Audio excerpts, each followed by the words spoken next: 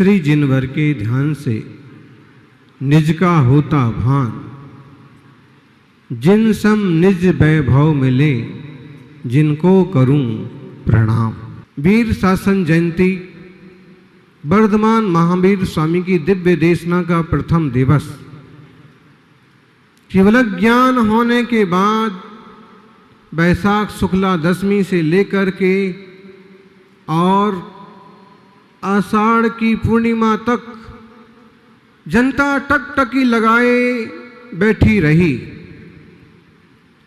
ऋजुकूला नदी के तट पर केवल ज्ञान हुआ। वहां से चलकर प्रभु राजगृही के विपुलाचल पर्वत पर पधारे। सौधर्मेंद्र ने विशाल धर्म सभा की संरचना की। कौन से पर्वत पर पहला समौषण लगा था महावीर भगवान का? विपुलाचल पर्वत। आज भी विपुलाचल पर्वत। आचार्य विमल सागर जी ने वहां एक बहुत सुंदर समौषण का चतुर्मुख जिनबिंब का भी निर्माण किसी जमाने में कराया था। पंचशैलपुर भी उसे कहते हैं। राजा श्रेणिक की वो राजधानी रहा है।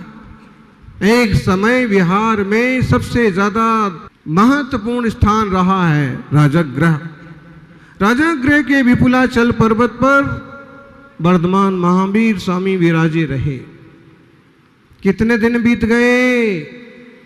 बोलो 66। फिर भी एक वचन भी नहीं। आप में से कितने लोग हैं जो 6 घंटे का भी मौन रख लें? 6 दिन का भी मौन रख लें? बहुत कठिन लगता है। अरे कई लोगों को धर्म सभा में बैठ करके भी मुंह बंद रखना बड़ा कठिन मालूम पड़ता है। वो ऐसा रूमाल से मुंह ढक करके ही बात कर लेंगे, मोबाइल में ऐसी मुंडी नीचे घुसेड़ करके बात कर लेंगे, लेकिन चैन नहीं पड़ता। यानी परमात्मा से जुड़ने के लिए मौन जरूरी है। गुरु वाणी से जुड़ने के लिए मौन जरूरी है। आप बोलते रहेंगे तो महाराज जी का सुन नहीं पाएंगे, और जब भी उनने कोई महत्वपूर्ण बात कही तभी आप बोल पड़े तो आपके चक्कर में 2-3 जनों का और काम बिगड़ जाएगा, जो आपको देखने लगेंगे, आपको सुनने लगेंगे। अब वो सभा में तो सब चुपचाप बैठे हैं, हाथ जोड़ के बैठे हैं। सुबह भी आते हैं, दोपहर को भी आते हैं, शाम को भी आते हैं और हाथ जोड़ के बैठे रहते हैं। कैसे श्रावक होंगे? आप अपना विचार करो। एक दिन प्रवचन ना हो, दूसरे दिन प्रवचन ना हो, तीसरे दिन कितने लोग आएंगे? बोलो बोलो महाराज जी, हम तो ऐसे लोग हैं कि रोज रोज प्रवचन भी हो तो भी नहीं आएंगे। इसमें होंगे कुछ लोग कि जो नियम करेंगे, संकल्प करेंगे कि हर रोज हम प्रवचन में उपस्थित रहेंगे। निश्चित रूप से होंगे। लेकिन कुछ ऐसे भी होंगे कि वे सोच रहे कि अगर काम निकल पड़ेगा तो बाहर चले जाएंगे, दुकान पर कोई ना होगा तो दुकान पर बैठ जाएंगे, हफ्ते में 5 दिन सुन लेंगे, 2 दिन व्यापार में लगाएंगे। लेकिन वो श्रावक कैसे होंगे जो लगातार 66 दिन तक हर वक्त उपस्थित होते रहे? किशनगढ़ वासियों, उनके जैसे श्रावक भी आप बन गए तो हम अपना चातुर्मास सफल समझेंगे। सुनने का इतना धैर्य आ गया कि कुछ तो बोलेंगे, अभी नहीं तो शाम तक तो बोलेंगे, आज नहीं बोले तो कल तो बोलेंगे, आज नहीं कुछ मार्गदर्शन दिया तो कल तो देंगे, आज उनकी वात्सल्य दृष्टि हम पर नहीं पड़ी तो कल तो पड़ेगी, आज आशीर्वाद नहीं मिला तो कल तो मिलेगा। और ऐसे आशावादी बन करके भी देवशास्त्र गुरु से जुड़ जाओगे तो भी आज नहीं तो कल तो बेड़ा पार हो ही जाएगा। अब इतना धैर्य तो चाहिए। अब दीपक को तो इतना भी धैर्य नहीं है कि पूरी बात ही सुन लें। दीपक को भी धैर्य रखना पड़ता है। थोड़ी मुड़ी हवा चले और चुप हो जाए तो सब काम बिगड़ जाए। थोड़ी बहुत हवा तो सहन करना पड़ती है, तब जाकर के दीपक की लो टिमटिमाती रहती है और दुनिया को राह दिखाती है। तीर्थंकर जिनेश्वर तो सूर्य हैं, हम मुनिराज दीपक समझ लो। वो दीपक तो दीपक है ही, सौभाग्यशालियों। मुनिराज दीपक हैं, और वो दीपक अगर अपनी लौ जलाए रखेंगे, छोटी मोटी परिस्थिति से घबराएंगे नहीं, उपसर्ग परिचय में डिगेंगे नहीं, तो ही दूसरों का भी मार्गदर्शन कर पाएंगे, खुद का कल्याण कर पाएंगे। कोई आ गया और कुछ बोल के चला गया, किसी ने कुछ सुना दिया, किसी ने व्हाट्सएप पर कुछ चला दिया, अब वो घबरा जाएं कि अब क्या होगा, अब कैसे चलेगा। दुनिया पर ध्यान ही मत दो, संसार तो ऐसे ही चलता है। महावीर स्वामी के समोषण में 66 दिन बीतने पर श्रेष्ठतम श्रोता नहीं पहुंचे, जबकि उन्हें पता पड़ गया, इंद्रभूति गौतम को पता पड़ गया कि महावीर यहीं विराजमान है। तो भी वो कहते कौन से महावीर? वो सिद्धार्थ के बेटे, कुंडलपुर के राजकुमार। अरे ठीक है, कल का छोकरा, और उन्हें क्या क्या ज्ञान होगा। पंडित थे वो, उम्र में बड़े थे, पूरे देश में प्रभाव था, और वो पंडित कहता है कल का छोकरा। महावीर स्वामी के लिए कहने वाले मिल गए। भले बाद में वो उनके शिष्य बन गए, लेकिन कहने वाले तो दुनिया में महावीर को भी मिल जाते हैं। आपको मिल जाएं तो परेशान मत होना। महावीर हमें नहीं मिले तो कोई गम नहीं, वो महावीर नहीं मिले तो ये मिल गए हैं। हाँ महावीर नहीं मिले तो हमें कोई गम नहीं, गोरवर सन्मति सागर महावीर से कम नहीं, वो तो मिलेगा। हैं विनोद जी बता रहे थे कि हम लोगों को सेवा करने का मौका मिला, बाद में तपस्या के मामले में उनका जैसा दुनिया में कोई संत आज तक नहीं देखा। और इतना बासल ऐसा नहीं, कई बार तपस्वी बड़े खड़ूस हो जाते, आंखें तनी तनी रहेंगी, गुस्से ही में बात करेंगे।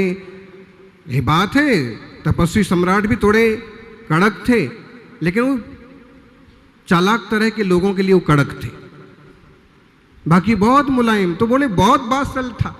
एक दिन मैं आग्रह करने गया कि भाई कोई श्रावक हैं तो चलो मेरे घर पर सबके भोजन की व्यवस्था है। तो कुछ श्रावक बैठे थे, तो आचार्य महाराज बोले कि देखो ये उर्सेवा वाले हैं। इनसे पूछा कि उर्सेवा का मतलब क्या होता है? तो बोले उर्सेवा का मतलब होता है हमारा गांव। गांव का नाम? गुरु महाराज बोले कि तुम तो वहां पैदा होकर के भी गांव का अर्थ नहीं समझे। उर्सेवा, उर का मतलब होता है हृदय। जो हृदय से सेवा करता है वो उर सेवा वाला कहलाता है। श्रावकों ने कहा महाराज जी यही अर्थ सही है, ये इतनी देर से खड़े हैं, कितने बार आग्रह कर रहे हैं कि भोजन का चलो, हमारे यहाँ चलो। ऐसी मनुआर कोई सगे रिश्तेदारों से नहीं करता है जैसे दूसरे गायों से आए हुए श्रावकों से कर रहे हैं। ज्ञानी दूसरे गांव का श्रावक भी तो आपका साधर्मी है, साधर्मी बंधु। आपको पता हो तो एक जमाने में पत्रिकाएं लिखी जाती थी, अभी भी लिखते हैं, साधर्मी श्रावक बंधुओं, श्रावक भाइयों, यहाँ से हम सबका जय जिनेन्द्र वाचना जी लिखते थे कि नहीं? आपका रोड व्यवहार नहीं है, रिश्ता नहीं हुआ है बेटी का बेटे का, लेकिन वह सबसे बड़ा रिश्ता है धर्म का। वो जिनवाणी के बेटे और हम भी जिनवाणी के बेटे। वो जिनवाणी माँ के कहे अनुसार चलते हैं, सत्य अहिंसा सदाचार शाकाहार के रास्ते, हम भी उसी रास्ते चलते हैं। एक जिनवाणी बेटे होने से हम सब भाई भाई हैं। इतनी उदारता और किसमें होती? ऐसा होना चाहिए। लोग भूलने लगे, वो भूलने लगे कि साधर्मी भी भाई होते। वो तो यहाँ तक उतर पड़े कि ये अमुक धड़ा हो गया, ये अमुक धड़ा हो गया, और ये धड़ा क्या हो गया? पाप का घड़ा हो गया। मंदिर हैं, समाज हैं, गोत्र हैं, ये तो व्यवस्था है, व्यवस्था होना ही चाहिए, लेकिन इसके पीछे अहंकार आड़े नहीं आना चाहिए। भाई व्यवस्था है, वो पाटनी है, आप बड़जात्या हैं, आप कासलीवाल हैं, आप मिंडा जी हैं, वो चूड़ीवाल हैं, और यहाँ तो और हैं, नावड़िया, कराड़िया, हंडावत। ये व्यवस्थाएं हैं। अगर ये व्यवस्थाएं ना होंगी तो सामाजिक निभाव होना मुश्किल हो जाएगा। ये व्यवस्थाओं का पालन करते हुए भी नमोकार मंत्र को बोलने वाला कभी भी कोई मिल जाए तो हाथ जोड़ के जय जिनेंद्र करना। भाई साहब जय जिनेंद्र। आप भी उसी मार्ग पर चल रहे हैं, हम भी उसी मार्ग पर चल रहे हैं, जिनवाणी माँ के कहे अनुसार। आप साधर्मी भाई हैं। लोग इस रिश्ते को भूलने लगे, जबकि तीर्थंकर वर्धमान की वाणी का एक सूत्र है, न धर्मो धारिम कई बिना, धर्मात्माओं के बिना धर्म कहाँ रहेगा। बोलो, यहाँ के श्रावकों ने इतना बड़ा मंडप बना लिया, आराम से 5000 आदमी खूब आराम से बैठो, लेकिन उतने धर्मात्मा ना हो तो मंडप में किसको बिठाओगे? कैसे तुम अब पूजा कराओगे? पंडित जी हवन में किसको बिठाएंगे? धर्मात्माओं का होना जरूरी है, और इसलिए एक धर्मात्मा दूसरे का सम्मान करे, प्यार करे, वात्सल्य से रखे, उसको धर्म से जोड़े। भाई मैं भी हर रोज जाता हूँ, तू भी चलकर, आधे घंटे में अभिषेक हो जाता है, बड़ा मजा आता है, बड़ा आनंद आता है। रोज नहीं चल सकता है तो संडे का युवाओं ने ग्रुप बनाया है, हर संडे जाकर के, हर रविवार को जाकर के प्रभु का नभन बंधन दर्शन करो।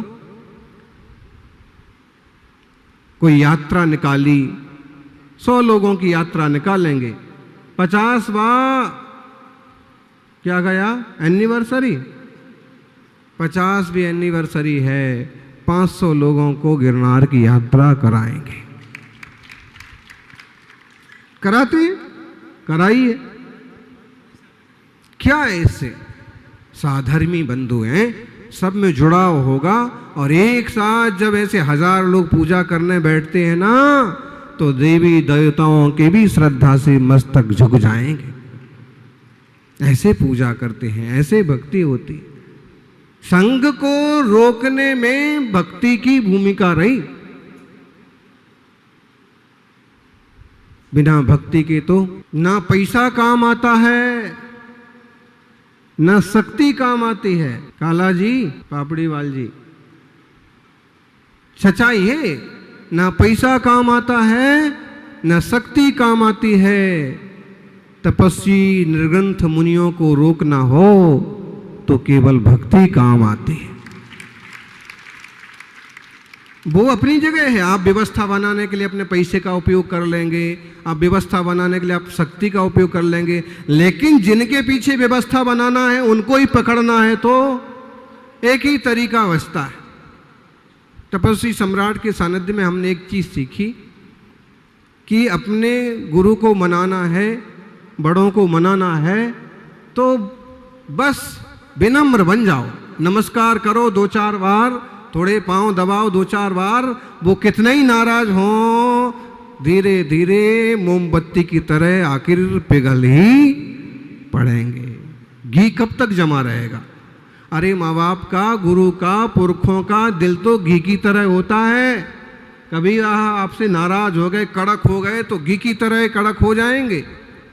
क्या आप चाहो उसमें घूसा मारो तो भी ना फूटे, इतने भी कड़क हो जाएंगे कि उंगली डालो तो भी ना घुसे। लेकिन थोड़ा और उष्मा देते जाओ, विनम्रता की उष्मा देते जाओ, तो इतने मुलायम हो जाएंगे कि बह पड़ेंगे। अब इतने वर्षों गुरु चरणों में रहे तो कभी हो ही जाता है, छोटी मोटी त्रुटि हो गई। और बाबा जी तो उनकी स्तुति कर दी तो ही भड़क पड़ते थे। अगर आपने उनकी प्रशंसा कर दी तो भी आपकी खैर नहीं। बीच में ही प्रवचन बंद, 1 महीने के लिए प्रवचन खत्म, डिस्कनेक्ट हो जाती थी गाड़ी। अब उनकी बीत राखता थी, उन्हें नहीं चलता था प्रशंसा। और ऐसे गुरु हुए हमारे। हम जिन पूर्वाचार्यों की बात करते हैं, वो ख्याति पूजा से परे थे। वो शांति सागर जी महाराज, कौन सी उनने अपनी जीवनी लिखी बताओ? अंकलिकर जी के बारे में तो आज भी लोग सुराख नहीं पा रहे हैं कि कैसे वो हैं, कहाँ हैं, कब हुआ। बड़ी समझाने के बाद थोड़े लोग समझ पा रहे हैं। ये ऐसे विरक्त रहे गुरुजन हमारे। धर्म सागर जी के पास ग्रंथ लेके पहुंच गए, बोले आपका अभिनंदन ग्रंथ। तो बोले ऐसा करो, एक रस्सी और लाओ, इसको बांध के मेरे गले में लटका दो। क्या अभिनंदन ग्रंथ आपको कोई भेंट करे, मान पत्र कोई भेंट करे, संपत जी बोलो, विश्वसेन कोई मान पत्र भेंट करे आपको, आप खुश होगे कि नाराज होगे? कोई भी श्रावक है खुश होगा कि देखिए आज मैंने जो पुरुषार्थ किया तो मेरा सम्मान किया जा रहा, मैं बड़ा संत हूं तो मेरे को गौरवान्वित किया जा रहा। वो उल्टे पड़ गए, ग्रंथ छापने वाले की भी कोई प्रशंसा नहीं, छपवाने वाले की भी कोई प्रशंसा नहीं, उल्टा उसके माथे और पड़ गए। इसको रस्सी बांध और मेरे गले में डाल, इसको गले में लटका के घूमूंगा, लोग देखेंगे मेरा अभिनंदन ग्रंथ। मतलब है विरक्तता का प्रतीक है। बोले मेरे क्यों छापते हो? आचार्य गुरुवर सन्मति सागर जी के साथ भी ऐसा हुआ। विजयमती माता जी बड़ी गुरु भक्त माता जी, प्रथम गणनी आर्यिका विजयमती जी, तो उनने अपने गुरु भाई, अपने गुरु सन्मति सागर जी का अभिनंदन ग्रंथ छपवाया। आर के जैन, शिखरचंद पहाड़िया जैसे लोग उसमें अग्रणी थे। तो वो ग्रंथ लेके आर के जैन बनारस पहुंचे। आर के जैन तो अभी भी हैं, थोड़े अस्वस्थ हैं। वो पेटी में, बढ़िया चांदी की पेटी में सजा करके और जय जयकार करते, घंटा बजाते हुए आचार्य महाराज बोले इस आदमी को कमरे में मत घुसने देना। बताइए अब उस आदमी ने क्या बिगाड़ा? समाज का श्रेष्ठ है, नेता है, और आपके लिए अभिनंदन, इसको कमरे में मत घुसने देना। तो चलो, कमरे में तो किसी ने मना नहीं किया, महाराज जी की बात को मान करके भी दूर खड़े हो गए और वो उनको इशारा कर दिया कि भाई आना है तो चुपचाप और धीरे से आओ, तुम्हारा ढोल ढमाका।